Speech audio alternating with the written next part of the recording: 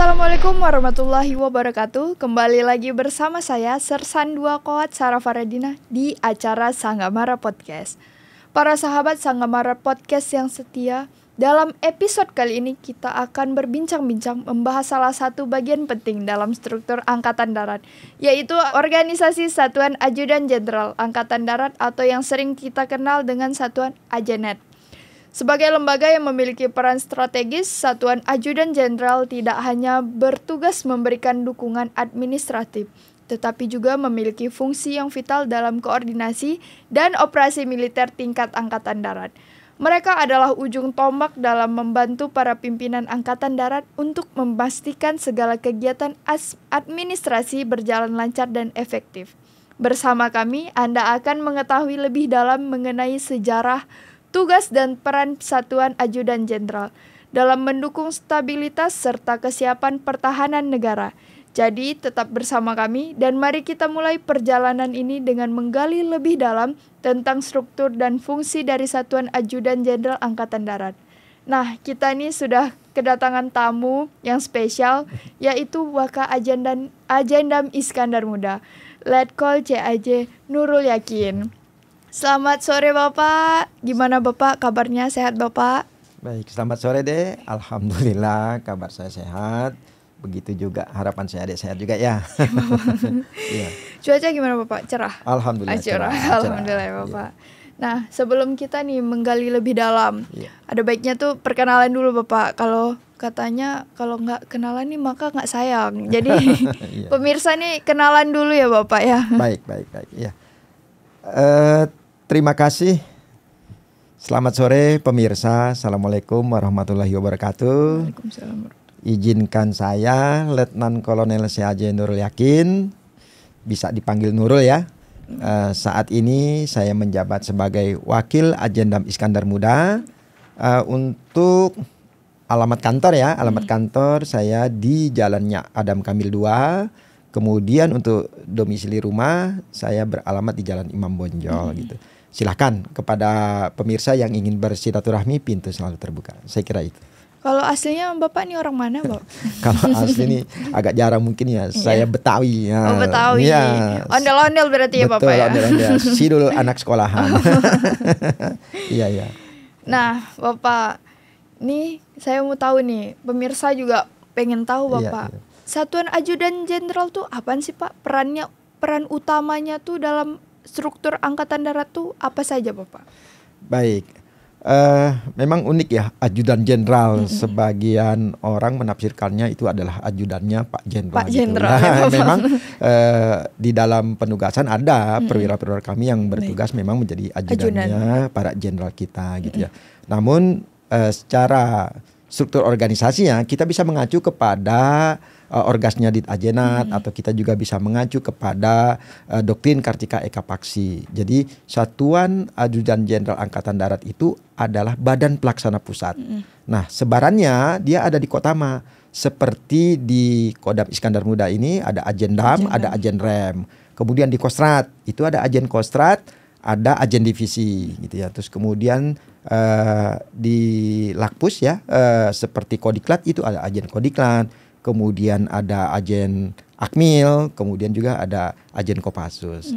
Itu kemudian kalau perannya ya kalau kita lihat di doktrin Kartika Eka Paksi itu bahwa Satuan Ajudan Jenderal Angkatan Darat itu kemampuan memberikan dukungan di bidang administrasi personil, betul. Terus kemudian di administrasi umum, kemudian kesejahteraan moral bagi prajurit dan PNS atau ASN Angkatan Darat. Itu deh. Iya. Nah, Bapak, tadi kan udah tuh perannya. Ya. Sekarang nih sejarahnya Bapak, sejarah pembentukan Ajudan Jenderal dari masa ke masa. Gimana Bapak? Baik. Sejarah ini kalau saya sering mendapat gitu ya penjelasan pada saat lintasan sejarah di saat-saat kami ulang tahun itu. Pertama kalau dari sejarahnya sama dengan Satuan Angkatan Darat yang lain, mulai dari sejarah perjuangan bangsa kita dengan terbentuknya BKR, lanjut TKR dan menjadi TRI gitu ya. Nah latar belakang pembentukannya itu dulu dikenal dengan istilah diawali dengan Staf A. Pada tahun 1951 gitu. Jadi Staf A itu ada gambaran sederhana Satuan Ajudan Jenderal melaksanakan kalau sekarang itu fungsi administrasi umum ya. Seperti ini produk-produk tulisan dinas yang dikeluarkan pada waktu itu sudah mengeluarkan nih seperti kartu tanda anggota. KTA Bapak. KTA itu zaman itu periode itu sudah ada di staf A. Kemudian surat-surat tugas, kalau sekarang tuh surat perintah gitu ya. Kemudian juga ada surat izin jalan. Jadi produk-produk administrasi umum gitu ya. Nah, kemudian selain itu ada juga nih kegiatan yang mirip kalau sekarang tuh rekrutmen gitu ya. Seperti kayak sekarang ini ada rekrutmen Tamtama ya, gelombang 1. Nah, pada waktu itu ada kegiatan demobilisasi, jadi pengerahan masyarakat untuk bergabung kepada kita, seperti itu. Itulah latar belakang pembentukannya, diawali dari staf A. Nah, perkembangannya itu ada 5 tahapan besar ya. Yang pertama itu dikenal dengan istilah Ajudan Jenderal Angkatan Darat, dikenal dengan istilah AJAD. Setelah itu organisasinya berubah menjadi Direktorat Ajudan Jenderal Angkatan Darat. Jadi dia DITAJ gitu ya. Berubah lagi struktur organisasinya gitu ya. Yang ketiga ini menjadi Pusat Ajudan Jenderal Angkatan Darat. Jadi PUSAJ gitu ya.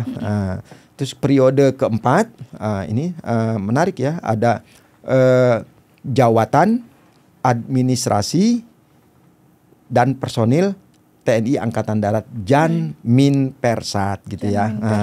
Dan terakhir periode yang lestari sampai sekarang itu tahun 1985 dia terbentuk menjadi Direktorat Ajudan Jenderal TNI Angkatan Darat yang dikenal sekarang itu DIT-Ajenat. Ya. Jadi berkedudukan atau berkantor di Jalan Jawa Bandung sana gitu. Itulah mulai dari sejarah, latar belakang pembentukan dan perkembangan dari masa ke masanya.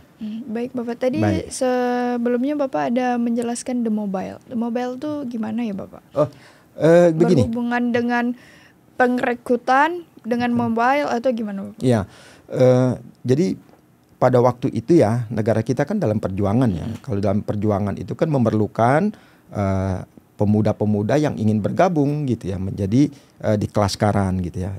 Dalam hal ini pada waktu itu kan tadi saya ceritakan ada BKR, ada TKR gitu ya. Di TKR itulah staf up muncul gitu ya. Nah, kalau sekarang gitu ya kita dengan istilah rekrutmen gitu ya. Periode sebelumnya itu memang ada wajib militer gitu. Tapi kalau sekarang kan sudah sukarela gitu ya, sukarela. Nah, sekarang seperti yang sekarang sedang berlangsung nih, terbukalah bagi generasi kita ya di Indonesia, khusus di Aceh ini pun di wilayah Kodam Iskandar Muda sedang berlangsung nih rekrutmen bagi Tamtama. Betul gitu. Kalau misalnya perekrutmen itu memang setiap tahunnya tuh berapa kali Bapak? Itu memang dia akan ada program ya.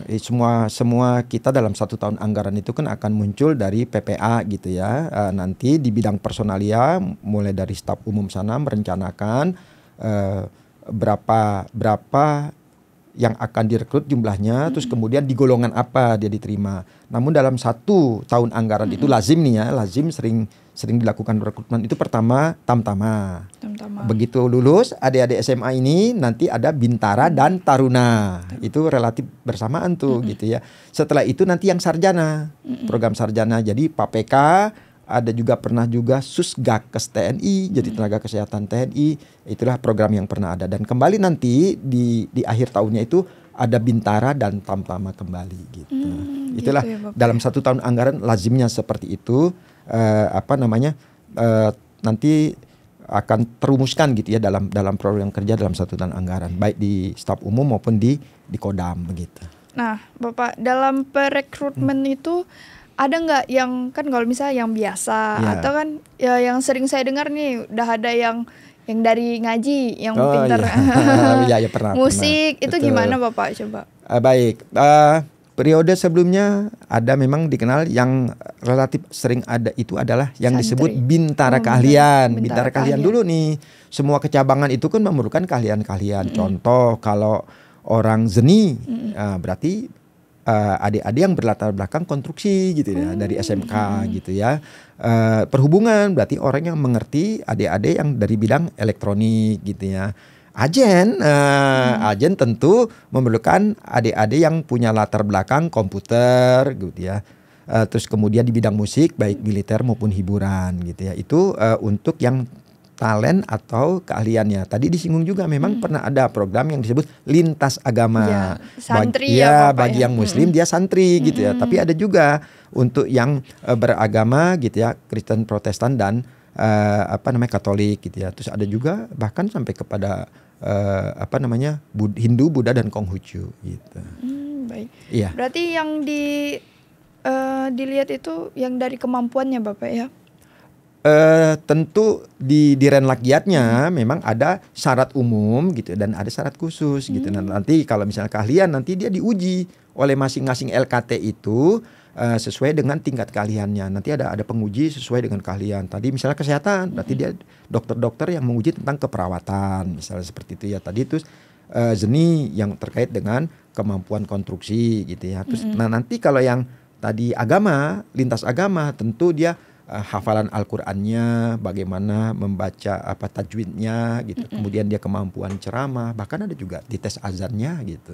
Nah, itu seperti itu. Yang mempunyai. Jadi yang reguler dan yang punya keahlian tadi seperti itu. Baik, Bapak. Nah, Bapak, apa saja nih tugas dan tanggung jawab yang diemban oleh anggota Ajen? Apa mereka lebih fokus pada tugas administrasi atau operasional atau keduanya nih? Baik. Terkait tugas satuan anggota Ajen ya, tentu akan melekat sesuai dengan keputusan jabatan yang diterima oleh masing-masing individunya, dan dia akan sesuai dengan job deskripsi masing-masing. Kalau di bidang keajenannya memang dia ada di Minpers, di Minu dan di Jahril. Tapi dalam tugas fungsi organik lainnya tentu juga ada tugas-tugas yang menyangkut operasional di bidang pengamanan gitu ya, dengan istilah staf 1 intelijen gitu kan. Kemudian kalau 2 berarti operasi. Kemudian di bidang latihannya bahkan ada teritorial nih gitu ya. Ajen pernah juga melakukan kegiatan teritorial tanam jagung tuh. Seperti jagung. itu. Iya. Nah, itulah tugas-tugas operasional lainnya. Jadi tidak hanya administrasi gitu. Sesuai jabatannya ya Bapak ya. Gitu. Nah, Bapak, sejauh mana nih peran Satuan Ajudan Jenderal dalam mendukung kegiatan sehari-hari pimpinan TNI Angkatan Darat? Bagaimana nih mereka bekerja dengan komando tinggi dan satuan lainnya? Baik, untuk mendukung tugas-tugas pimpinan kita ya, jadi di Ajenat itu mendapat beberapa tataran delegasi kewenangan. Dalam hal misalnya nih ya, contoh prajurit kan mau naik pangkat nih ya, nah itu ada yang kewenangan pusat. Kewenangan pusat itu nanti diselesaikannya oleh Dit Ajenat. Kemudian bagi bapak-bapak purnawirawan kita, pati kita itu juga kepensiunnya itu juga delegasinya adalah ke Dit Ajenat. Kartu penunjukan istri gitu ya, yang berpangkat perwira tinggi pun ada di Dit Ajenat gitu ya. Terus kemudian ada juga tuh delegasi seperti KPI ya. KPI tadi sudah saya singgung. Terus ada juga mungkin tanda kehormatan juga diproses oleh kita gitu. Itu ya untuk membantu pimpinan tinggi kita. Terus kalau komunikasi dengan komando yang lebih tinggi lagi, misalnya kita berbicara Mabes TNI gitu ya. Kita kalau ada jamuan-jamuan internasional itu orkestra Kartika, orkestranya, musik harmoni kita itu tampil di acara perjamuan gitu, dan yang diiringi luar biasa, ada Once, ada Judika gitu. Itulah salah satu bagaimana Satuan Ajen mendukung tugas pimpinan gitu, Angkatan Darat dan komando tinggi kita seperti itu. Menarik nih pemirsa Ajen ya. Nah, kan saya nih tadi mendengarnya tertarik saya lihat Ajen nih. Ada musiknya, di administrasi. Nah, kira-kira itu gimana Bapak kriteria supaya masuk nih jadi bagian anggota Ajen? Untuk mendapatkan penempatan gitu ya, mendapatkan Korp Ajen. Nah, memang ada beberapa kegiatan yang mengawali gitu ya. Kalau dia dari bentukan pendidikan tahap pertama gitu, itu kan sudah dari awal proses rekrutmennya, lazimnya itu dilihat dari hasil psikologinya, memang psikologinya gitu ya. Nanti beberapa kecabangan kan akan mendapat. Nah, di situ kita didik gitu ya. Kemudian kita lanjutkan di tahap 2-nya, itulah yang digembleng di Pusdik Ajen gitu ya. Namun bagi organik nih gitu ya, bagi organik yang ingin bergabung kepada korp kita itu dengan istilah WO ya gitu ya, alih korp gitu, dan itu melalui proses yang selektif, melalui proses mekanisme yang ada, dan salah satunya adalah saran tanggapan begitu. Seperti itu untuk menjadi anggota Satuan Ajen ya, seperti itu ya. Nah, Bapak, seperti apa nih tantangan yang dihadapi oleh anggota Satuan Ajudan Jenderal? Mengingat mereka nih harus memiliki berbagai keahlian teknis dan komunikasi yang mendalam. Gimana tuh, Bapak? Untuk tantangan ya, tadi kan berbicara tantangan itu, tentu di era digitalisasi ini bahwa personil-personil Satuan Ajen itu harus mampu gitu ya mengaplikasikan komputerisasi gitu ya. Di era digitalisasi ini kan pelayanan kita mau tidak mau tuh harus mengusung yang bersifat percepatan, jadi dengan istilah akselerasi gitu kan. Dan kalau bisa otomatisasi gitu kan, itu pernah tuh dicoba otomatisasi terhadap tanda kehormatan gitu. Periode sebelumnya itu pernah, dan ini saya kira ke depan dengan dunia digitalisasi ini kita merancang bangun ya aplikasi-aplikasi yang bisa gitu ya. Inilah tantangan kita gitu ya di dalam penugasan, baik tadi terutama di administrasi personil gitu ya, itu tantangannya seperti itu. Kemudian kalau yang bersifat komunikasi tadi ya, komunikasi itu tentu kalau komunikasi ya pasti kemampuan public speaking ya. Jadi public speaking kita itu harus bagaimana, contoh bagaimana kita melakukan kampanye kreatif nih.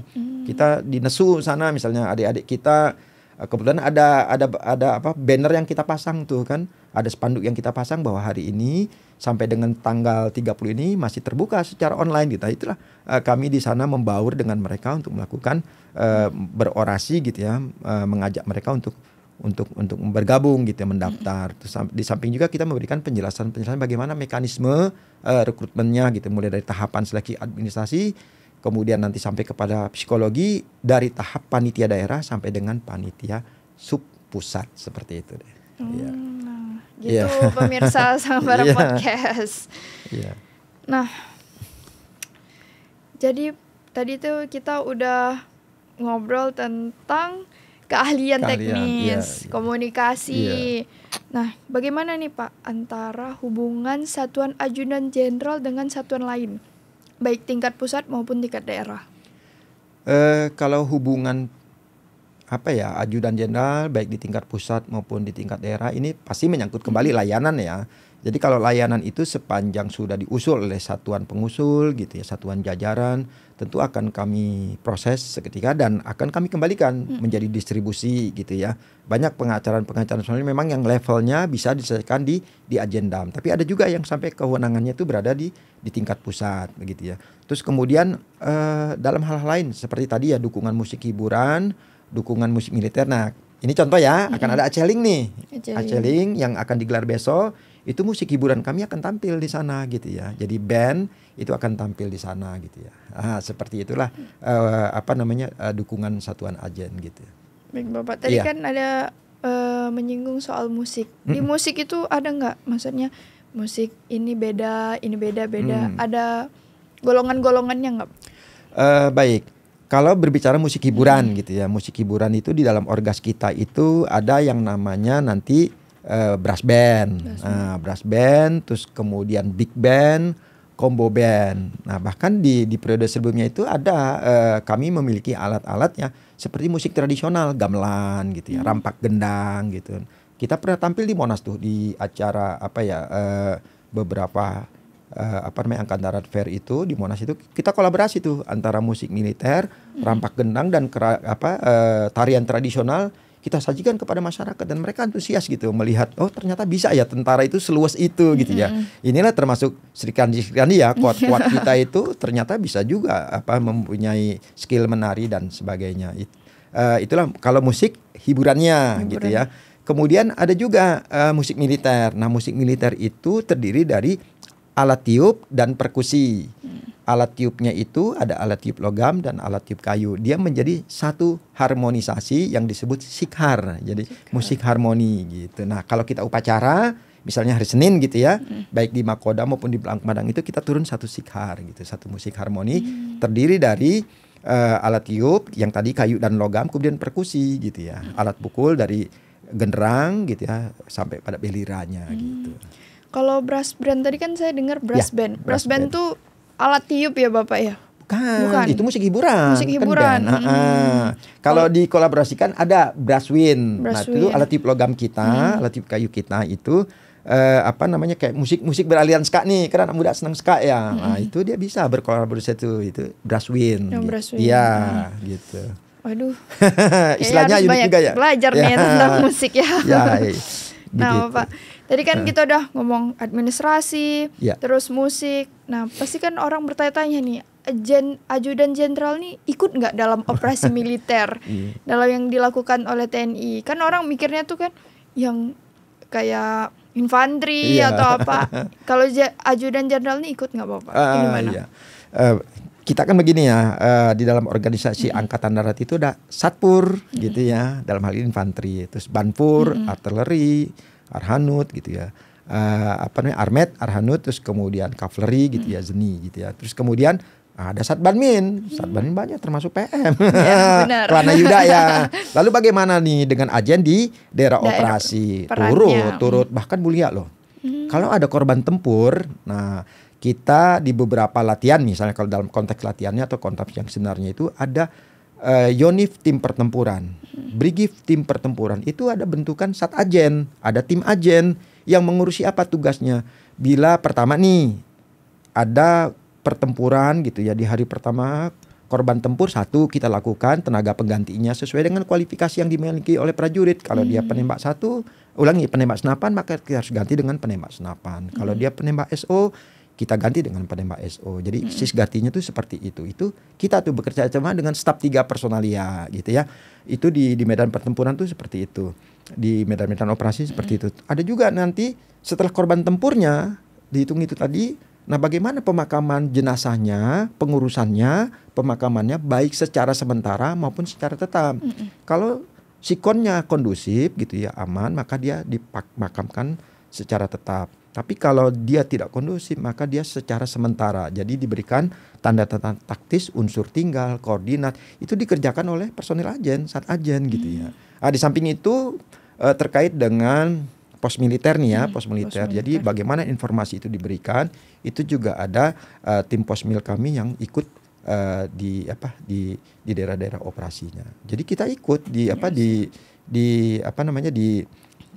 tugas-tugas operasi gitu ya. Terus kayak sekarang ini kita juga nih badiklat kami gitu, bagian diklat kita di Subdit Bincap itu sedang meramu nih latihan yang akan digelar ini gitu loh.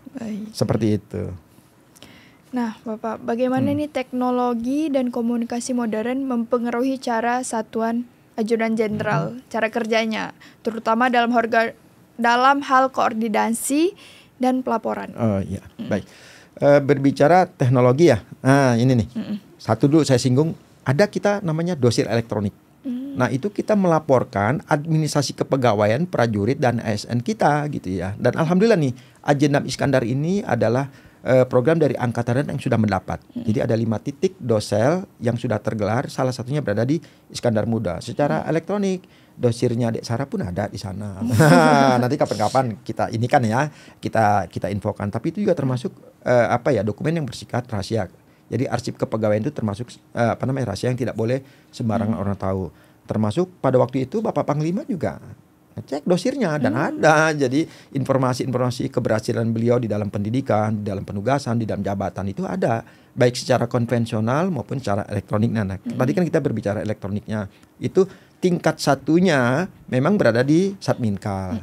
Nah, kami di Satuan Ajen itu sebagai tingkat 2. Jadi pelaksana dosir tingkat 2 dan terpusatnya berada di Bagdosel Dit Ajenat gitu ya. Nah, itu kalau berbicara teknologinya. Dan kita secara pelaporan juga mengikut kepada program yang lain. Seperti begini nih, karena ada Dalprok ya, pengendalian program itu pelaporan kita juga secara digital. Sispopers digital gitu ya, komputerisasi. Apalagi Sispolog kita juga ikut. Jadi inventarisasi seperti alat-alat musik itu kita laporkan. Kemarin kami juga mendapat mobil panggung. Jadi pada waktu event HUT TNI beberapa waktu yang lalu itu kan ada tuh kita bernyanyi di dalam sebuah mobil panggung. Jadi sambil berjalan tuh penyanyi kita, pemain band kita menghibur masyarakat gitu ya pada waktu HUT TNI beberapa waktu yang lalu, betul gitu ya. Bukan yang di IKN ya, yang sebelumnya gitu. Nah, itu dilakukan oleh digitalisasi, komputerisasi Sispolog. Jadi kami pun turut gitu ya tertantang gitu membuat aplikasi-aplikasi yang ke depan itu rancang bangun bagaimana otomatisasi, akselerasi itu bisa menjadi sebuah layanan yang bagus gitu. Baik. Iya. Itu ya Gitu agennya. ya, pemirsa Sanggamara ya. Iya. Nah, Bapak, ada nggak cerita menarik gitu yang pengalaman unik yang pernah terjadi selama dinas di Satuan Ajudan Jenderal? Iya. Saya coba ingat-ingat ya. Begini. Pertama saya mau bercerita tentang pengalaman saya. Namanya unik nih, mungkin juga di kalangan kita juga tidak familiar. Kim Lee. Apa itu Kim Lee? Seperti kayak nama orang Korea ya, Kim Lee. Itu ternyata ada kepanjangannya. Jadi Kim Lee itu program dari Angkatan Darat pada waktu itu ya, namanya pemukiman kembali yang dilakukan secara lokal Kodam atau antar Kodam. Jadi pesertanya bisa dari dalam Kodam itu sendiri atau dari Kodam yang lain sebagai peserta. Tempatnya bisa di Kodam itu, bisa di Kodam yang lain. Itulah yang disebut Kim Lee. Nah, inilah yang menjadi menarik bagi kita. Ada suri toladan ya. Ada suri toladan dari para senior kita, sesepuh. Jadi pesertanya itu justru yang sudah MPP dan pensiun. Nah, mereka mau loh. Beliau-beliau ini mau berada di daerah terpencil, terisolir, membuka waktu itu kami melaksanakannya Kodam Wirabuana waktu itu ya. Itu melaksanakannya di Mamuju, Kabupaten Mamuju. Itu hutan apa ya, lebat ya masih. lebat yang masih apa ya, sangat-sangat sunyi sepi, tapi beliau-beliau itu mau gitu loh untuk membuka daerah itu menjadi maju seperti sekarang ini. Itu ya salah satu pengalaman menarik saya yang bisa menjadikan contoh. Kemudian di bidang seni nih, pernah mendengar istilah militer tituler. Ya, pemberian pangkat kayak tituler. Deddy Corbuzier. Ya, kayak kepada Mas Deddy Corbuzier itu kan mendapat pangkat mayor tituler ya. Ulangi, letkol tituler ya. Itu Mas Deddy Corbuzier itu. Nah, bagaimana periode sebelumnya? Itu ada namanya B10LA. Apa itu kalau dibaca? Biola. Nah, biola. Jadi ada maestro biola Indonesia namanya Pak Idris Sardi. Jadi beliau mendapat letnan kolonel tituler, memimpin mengondak orkestranya Angkatan Darat. Pada waktu itu dibentuknya orkestra Angkatan Darat itu di situ, digembleng oleh beliau. Memang luar biasa betapa maestronya beliau. Begitu dikondak sama beliau, dilatih sama beliau, itu harmonisasi lagu yang tampil itu sangat membius. Jadi sangat merasuk di sanubari siapa saja yang mendengar gitu ya. Itu pengalaman yang menurut saya, oh ternyata militer pun bisa ya gitu ya. Dan buahnya itu tadi sekelas Niat dan Niati bisa kita iringi. Once Dewa 19, Judika Idol ya, seperti itu. Dan dari segi aspek musik militer nih, ini juga harus saya ceritakan karena ini menjadi contoh ya. Bagaimana sebuah parade militer itu digelar dengan heroik. Pada waktu itu ulang tahun Zeni Tempur, Zipur ya, di Wirabuana. Irupnya Bapak Kasdam, ulang tahun satuannya. Cuaca itu mendung cerah. Begitu beliau masuk menjadi irup beberapa menit, ternyata cuaca berubah menjadi gerimis dan agak lebat hujannya gitu. Dan bisa dibayangkan gitu ya, dukungan musik militer itu tertantang di situ. Tapi di situ gembiranya kita, patriot kita tidak kendur di situ, tetap tersaji dengan baik gitu ya, tetap gagah gitu. Di mana musik kita kan lucu tuh, ada alat tiup logam kami kan gitu ya, altohorn itu mulutnya kan ke atas itu penuh dengan air. Jadi begitu ditiup bersamaan dengan ditiup itu muncrat itu kayak air mancur jadinya gitu. Terus bass drumnya itu jadi bukannya dum tapi menjadi buk. Nah, itu. Tapi beliau inspeksi tidak ada masalah gitu ya, dan tetap berjalan dengan baik. Inilah pengalaman kami. Jadi dari musik hiburan, musik militer, Kim Lee itu masih membekas gitu ya. Saya masih ingat gitu seperti apa. Itulah pengalaman yang bisa saya berikan. Nah, Bapak, tadi saya penasaran nih yang tadi Bapak bilang Kim Lee. Itu kegiatannya gimana? Harus seleksi atau gimana, Bapak? Iya. Angkatan Darat ya pada periode sebelumnya itu memiliki program-program unggulan gitu yang bekerja sama dengan pemerintah daerah, bekerja sama dengan Kementerian Transmigrasi yang terkait dengan perpindahan penduduk dari satu tempat ke tempat yang lain gitu. Nah, Kim Lee ini didelegasikan kepada Kodam gitu ya. Kodam yang pesertanya itu adalah para purnawirawan atau personel yang sedang MPP, menjalani MPP, dan itu diseleksi. Seleksinya sama, ada seleksi kesehatan, cuma tidak ada jasmani ya. Jadi kesehatan, administrasi. Jadi administrasi dan kesehatan di situ ya. Terus kemudian ada beberapa interview gitu ya untuk meyakinkan bahwa beliau-beliau ini adalah betul untuk menjadi peminat ya peserta di Kimli tadi. Ini sangat mulia loh. Jadi bahwa kita Angkatan Darat itu memfasilitasi personil-personil yang masih mau memiliki pengabdian gitu, memiliki pengabdian kepada masyarakat gitu. Dalam hal ini membuka daerah yang terisolir gitu ya, menjadi daerah yang nanti lambat laun menjadi maju. Di situ juga nanti ada cikal bakal bagaimana sekolah didirikan, bagaimana pemerintahan dibentuk mulai dari tingkat RT, RW gitu ya sampai kepada kelurahan atau desa gitu. Itu bentukan kita dan itu sesepuh kita gitu loh, senior kita. Nah, program itu Kimli itu pernah terjadi gitu, maksudnya pernah digulirkan gitu sebagai sebuah program Angkatan Darat.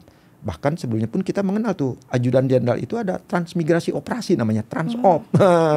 Jadi personil-personil yang operasi di daerah perbatasan, di daerah rawan itu bisa menjadi kalau memang diputuskan sebagai sebuah program itu menjadi peserta yang nanti tidak kembali. Jadi tugas operasi tapi tidak kembali. Itu era itu pernah menjadi tugas tanggung jawabnya dari Satuan Ajudan Jenderal. Nah, yang agak kemarin yang agak unik namanya Kimli. Iya gitu. Nah, tadi kan nasional nih Bapak. Iya. Kegiatan internasional Ajudan Jenderal ada nggak Bapak? Baik ya. Sekarang yang bersifat internasional kita membawa nama baik Angkatan Darat gitu ya. Bahkan juga disupport oleh TNI pada waktu itu. Musik militer kita menjadi duta budaya di Korea Selatan. Wow. Ya, di Korea Selatan. Jadi mereka tampil sesama sejenis gitu ya, musik militer masing-masing angkatan perang dari berbagai macam negara, dan Indonesia mendapat apresiasi yang luar biasa gitu loh. Dalam hal ini kita dinilai humble, terus kemudian unik ya. Kenapa unik? Karena kita tampil menggunakan baju-baju Nusantara. Ada yang berbaju adat Papua, ada yang berbaju adat Kalimantan, Jawa dan sebagainya gitu. Dan tampilan musiknya yang dialunkan, lagunya tuh yang saya ingat adalah We Are The World, Michael Jackson. Itu oleh vokalis kita sampai diikuti oleh audiens yang lain gitu. Itu yang bersifat internasional dari musik kita ya. Ada lagi nih latihan bersama kerjasama militer ya dengan luar negeri, seperti Garuda Shield. Garuda Shield itu maka opening seremoninya gitu kan oleh Bapak Panglima TNI, tampillah parade dari musik militer kita gitu dengan gegap gempita, dan itulah yang menyemangati juga prajurit-prajurit kita yang latihan. Jadi luar biasa spirit yang diberikan kita dengan hiringan yang gegap gempita, menimbulkan jiwa patriotis dan prajurit-prajurit betul ya, dan latihannya itu kita mengalahkan loh. Dari aspek misalnya kalau kita lihat tayangan-tayangannya, misalnya ya dari aspek yang hiburannya panco saja kan yang menang dari prajurit kita tuh gitu ya. Belum lagi dari kemampuan fisik ya, kita bagaimana Hanmas bergerak dari satu tempat ke tempat yang lain itu kita menang gitu. Dibanding prajurit-prajurit luar gitu. Luar biasa ya Bapak. Ya. Nah Bapak, saya mau tanya nih, bagaimana Satuan Ajudan Jenderal memastikan kesiapsiagaan dan profesional dalam setiap tugas yang diemban? Baik, berbicara kesiapsiagaan satuan ya, tentu setiap satuan itu memiliki peranti lunak ya, referensi yang mengatur tentang Binsat gitu ya, pembinaan satuan gitu ya, mulai dari bagaimana pangkalan itu dibina, bin pangkalan sampai kepada bin organisasi dan seterusnya gitu ya, termasuk di dalamnya kan ada lat itu nanti untuk ops gitu ya, terus kemudian kita juga kan ada protap nih, sebagaimana ST nih. Di awal tahun itu Kodam sudah mengeluarkan ST bagaimana Binsat dilaksanakan oleh satuan-satuan di jajaran Kodam, kemudian juga bagaimana protap satuan yang dimiliki satuan kita itu juga dirawat, dilatihkan gitu ya, untuk bagaimana setiap satuan itu menjadi siap gerak, termasuk ajen itu sesuai dengan Juknik Eko kan tetap harus juga siap. Jadi kami kalau di styling gitu, komposisi personil kami sekarang berada di 165 sama Ajendam itu ya, ASN-nya 21, maka sisanya militer itu harus siap gerak gitu. Jadi dengan Binsat kemudian protap-protap yang ada, kami yakin kami juga bisa siap gerak gitu. Baik Bapak. Ya. Nah, peran Satuan Ajudan Jenderal apa saja nih Pak dalam menjaga keberlanjutan komunikasi antara hubungan pimpinan TNI Angkatan Darat dengan pihak luar atau lembaga pemerintah lainnya, gimana Bapak?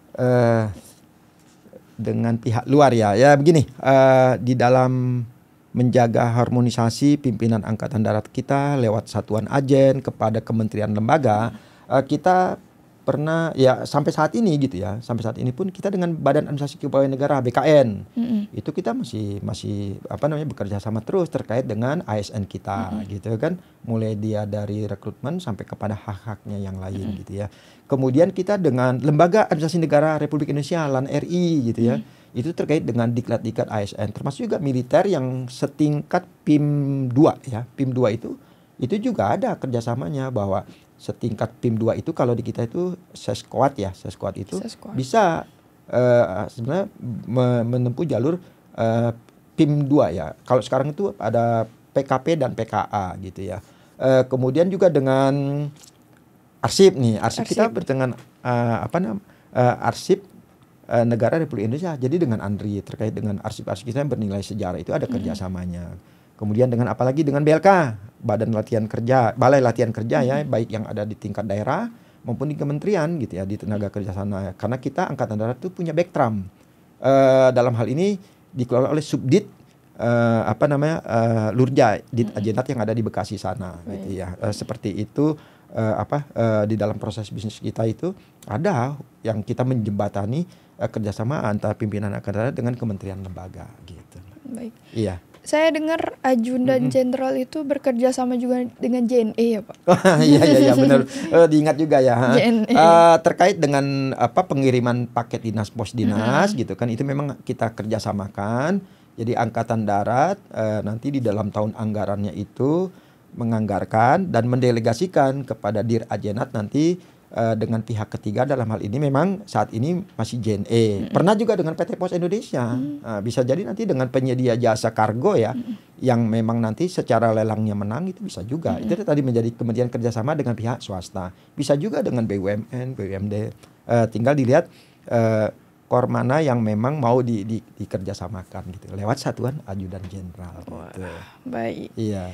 Nah, ini bukan pertanyaan terakhir sih Bapak. Apa itu? Ini pesan yang ingin Bapak sampaikan kepada generasi muda yang tertarik untuk bergabung ke gitu TNI, ya. khususnya Satuan Ajudan Jenderal.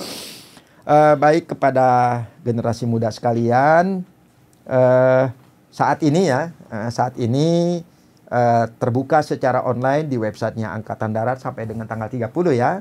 Ada rekrutmen tamtama gitu ya. Silakan sesuai dengan, di situ ada informasi tentang apa persyaratannya, kemudian jadwal kegiatannya, bagaimana seleksi yang harus diikuti, itu ada di sana. Dan kami di Ajen gitu siap memberikan penjelasan kepada adik-adik sekalian bahwa bergabung di TNI ini menjadi sebuah pengabdian yang menurut saya bisa sampai kepada jenjang yang lebih tinggi gitu ya. Adik-adik sekalian nanti bisa menjadi aparat tuh gitu ya, menjadi aparat sama seperti kami walaupun usianya muda gitu ya. Jadi Kodam Iskandar Muda sangat bangga gitu ya untuk menerima adik-adik sekalian menggabung melalui proses rekrutmen ini. Ke depan pun ada Bintara. Gitu ya. Terus nanti yang sudah tamat ada lagi Taruna gitu kan. Yang sarjana juga nanti ada PAPK gitu ya. Dan di akhir tahun kembali lazimnya ada penerimaan Bintara dan Tamtama kembali. Seperti itu. Jadi ayo bergabung, siapkan diri Anda gitu kan, bahwa selama rekrutmen ini gratis semua gitu. Anda bisa bertanya kepada siapa saja gitu kan, kepada tim kesehatan, kepada tim jasmani gitu ya, yang berada di Kodam ini. Silakan. Kami tunggu. Dan ditunggu itu ya. Pemirsa sahabat Sangamara. Baik. Nah, demikianlah perbincangan kita kali ini mengenai organisasi Satuan Ajudan Jenderal Angkatan Darat. Kita telah banyak belajar tentang peran vital satuan ini dalam mendukung keberhasilan tugas-tugas strategis TNI Angkatan Darat, serta kontribusinya dalam memastikan kelancaran komunikasi dan koordinasi di tingkat-tingkat Angkatan Darat. Semoga informasi yang kami bagikan dapat memberikan pemahaman yang lebih mendalam tentang pentingnya organisasi ini dalam menjaga keamanan dan pertahanan negara. Terima kasih telah mendengarkan podcast kami dan jangan lupa tetap mengikuti episode-episode selanjutnya untuk topik-topik menarik lainnya. Saya Sersan 2 Koat Sarah Faradina dan seluruh tim yang terlibat mengucapkan terima kasih dan sampai jumpa di episode berikutnya. Salam hormat untuk semua prajurit TNI Angkatan Darat di seluruh penjuru tanah air. Sangamara luar biasa.